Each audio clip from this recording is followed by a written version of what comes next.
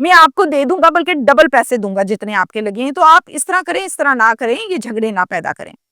ماں کہتی ہے کہ 10 لاکھ روپے مجھے دو، پھر میں تم لوگوں کو تنگ نہیں کروں گی، اگر نہیں دو گے تو پھر دیکھنا تم لوگوں کی زندگی اجیرن کروں گی۔ بڑے افسوس کی بات ہے کہ ماں سودے لگا رہی ہے۔ بہرحال خالد کہتا ہے میں تو سیکیورٹی گارڈ ہوں، میری اتنی اوقات نہیں ہے کہ میں 10 لاکھ روپے آپ کو دے سکوں، 50,000 کو لاکھ کی بات کریں تو میں سوچ سکتا ہوں کہ میں نے کیسے ارینج کرنے ہیں۔ خیر بحث مباحثے کے بعد ڈیل ہو گئی 5 لاکھ روپے میں، ڈن۔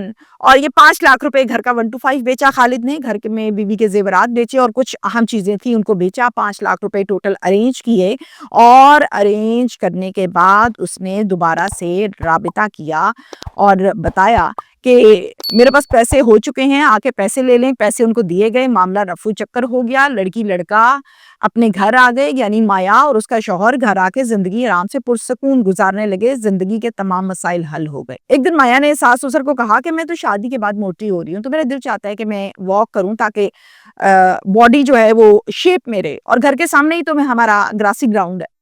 سسر کہتا ہے اس میں کوئی برائی نہیں ہے، آپ واک کریں اور اپنے آپ کو فٹ رکھیں اپنے شوہر کے لیے۔ اب چھوٹی بہن جو ہے اس کا نام ہے ماہم۔ ماہم جو ہے وہ فرسٹ ایئر کی اسٹوڈنٹ ہے اور 16 سال اس لڑکی کی عمر ہے۔ ماہم کہتی ہے کہ میں بھی بھابھی کے ساتھ جایا کروں گی، ہم دونوں چلے جایا کریں گے پارک میں۔ یہ کون ہے؟ یہ کاشان کی چھوٹی بہن ہے۔ باپ کہتے ہیں ہاں جی ضرور۔ اب کیا ہوتا تھا، ڈیلی فجر کے بعد یہ دونوں جاتی تھی پارک میں اور جا کے واک کرتی تھی، پھر گھر آ جاتی تھی۔ رشتے میں تو یہ نند اور بھابھی لگتی ہیں، لیکن جو ان کا سلوک، اٹھنا بیٹھنا، بات چیت، انڈرسٹینڈنگ تھی وہ سکی بہنوں سے کوئی کم نہیں تھی۔ کوئی کہہ نہیں سکتا تھا کہ یہ نند بھابھی ہیں۔ بہت اچھے سے زندگی گزر رہی ہے۔ 2 اکتوبر کو خالد اور ان کی بیوی ماہم کے کمرے میں جاتی ہیں اور دیکھتی ہیں کہ ماہم کمرے میں موجود نہیں ہے۔ بڑی پریشان ہوتی ہیں، ماہم کمرے میں موجود نہیں ہے، کہاں چلے گئی؟ واش روم دیکھا، دوسرا کمرہ دیکھا، پورا گھر دیکھا، کہیں ماہم نظر نہیں آئی۔ ماں باپ بہت پریشان ہوتے ہیں، فوراً کاشان کے کمرے میں جاتے ہیں، جا کے دیکھتے ہیں تو کاشان کی بیوی یعنی کہ جو مایا ہے وہ بھی موجود نہیں ہے، اور پریشان ہوتے ہیں۔ کاشان کو اٹھاتے ہیں اور کہتے ہیں یار جاؤ ذرا، فجر کی نماز کے بعد یہ لوگ واک پہ جاتی ہیں، اب تک گھر نہیں آئی ہے، چیک کرو، ادھر ہی واک کر رہی ہوں گی۔ کاشان جاتا ہے اس گراسی گراؤنڈ میں، جا کر فوراً سے چیک کرتا ہے، اور چیک کرنے کے بعد اس کو پتہ چلتا ہے کہ وہاں پر یہ دونوں نہیں ہیں۔ گھر آتا ہے، آ کے بتاتا ہے کہ ابو وہاں پر تو نہیں ہے، میں نے بہت ڈھونڈا ہے۔ باپ کو شک سا ہونے لگتا ہے، ایک ناگہانی آفات خیالات ذہن میں آتے ہیں انسیڈنٹ کے بارے میں کہ کوئی ہمارے ساتھ ہاتھ تو نہیں ہو گیا۔ فوراً دیکھتے ہیں کہ گھر کے راستے میں اور پارک کے پاس کون سے کیمراز لگے ہوئے ہیں۔ جو کیمراز لگے ہوئے ہیں وہ فوال ہیں، اور جو فوال تھے ان کی سی سی ٹی وی فوٹیج جو ہے اس کو چیک کرنے کے لیے بھاگ دوڑ کرنے لگتے ہیں۔ اچھا، ایک سی سی ٹی وی فوٹیج میں بڑا کلیئرلی یہ نظر آ جاتا ہے کہ مایا اور ماہم رات کے 4:30 یعنی 4:30 پر دونوں گھر سے باہر اکٹھی گئی ہیں، اور گاڑی کے پاس ایک وائٹ کلر کی گاڑی ہے، گاڑی کے پاس جا کے جب یہ پہنچتی ہیں یہ کلیئرلی دیکھا جا سکتا ہے کہ مایا نے ماہم کو گاڑی کے پاس دھکا دیا ہے، اس کو گاڑی میں زبردستی بٹھایا ہے، اور پھر گاڑی چلانے والا چلا کر لے گیا، جس سے ہم کلیئرلی یہ کہہ سکتے ہیں کہ اغوا کروایا گیا ہے، صاف سمجھ آ رہا ہے۔ باپ کیا کرتا ہے، پولیس اسٹیشن جاتا ہے اور جا کر ایک FIR درج کرواتا ہے، اور یہ پولیس اسٹیشن بنتا ہے PS صدر بہاولپور، کہ ایسے ایسے میری بہو اس نے میری بیٹی کو اس طرح سے اغوا کرایا۔ میرے پاس سی سی ٹی وی فوٹیج موجود ہے، تمام ثبوت شواہد پولیس کو پرووائڈ کرتا ہے۔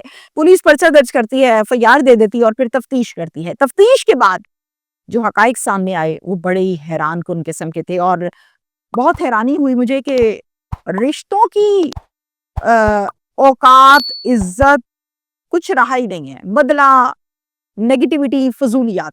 ایک نکاح نامہ پولیس دیتی ہے، پولیس کے ہاتھ میں ایک ڈاکیومنٹ ہے، اور وہ ڈاکیومنٹ ہے نکاح نامے کا۔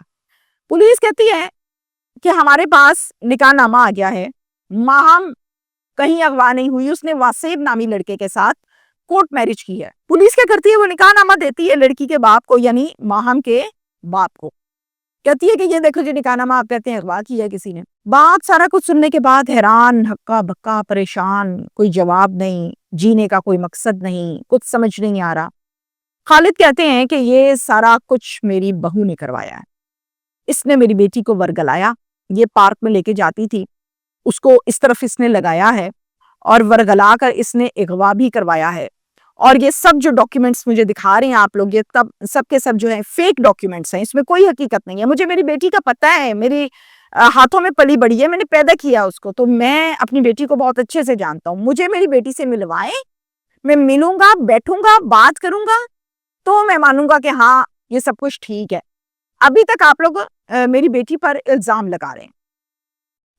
مایا بہو دونوں کا کچھ پتہ نہیں چلتا کہ یہ دونوں کہاں ہیں اور کہاں نہیں ہیں. ماں باپ بہت پریشان ہے, زندہ ہیں, مر گئی ہیں, لاش ہے, قتل کر دیا, کہاں ہیں کہاں نہیں, کچھ پتہ نہیں ہے ان دونوں کا. باپ یہ کہتا ہے, یعنی سسر یہ کہتا ہے کہ میری جو بہو ہے نا, یہ مجھے سمجھ آ گئی ہے یہ سب گینگ ہے. یہ ایک گینگ ہے جس میں اس کے ماں باپ بھی شامل ہیں, یہ بھی شامل ہے. یہ گینگ لڑکیوں کو ورغلاتا ہے, ان کو لیتا ہے, پیسے بٹورتا ہے اور پھر قصے ہوتے ہیں. جیسے اس کی ماں نے ہم سے 5 لاکھ روپے لیے تو مجھے سمجھ آ گئی ہے کہ یہ گینگ ہے, اور اس گینگ کے ذریعے سے میری بہو نے میری بیٹی کو اغوا کرایا ہے. اب حقیقت کب کھلے گی؟ جب مایا سامنے آئے گی, عدالت میں پیش ہوگی اور کچھ سمجھ میں آئے گا. دیکھتے ہیں کہ اب اس کو عدالت میں کب پیش کیا جائے گا, کب ملے گی, کیا سلسلہ ہے, اور مزید جو حقائق آئیں گے میں ضرور بتاؤں گی. Thank you.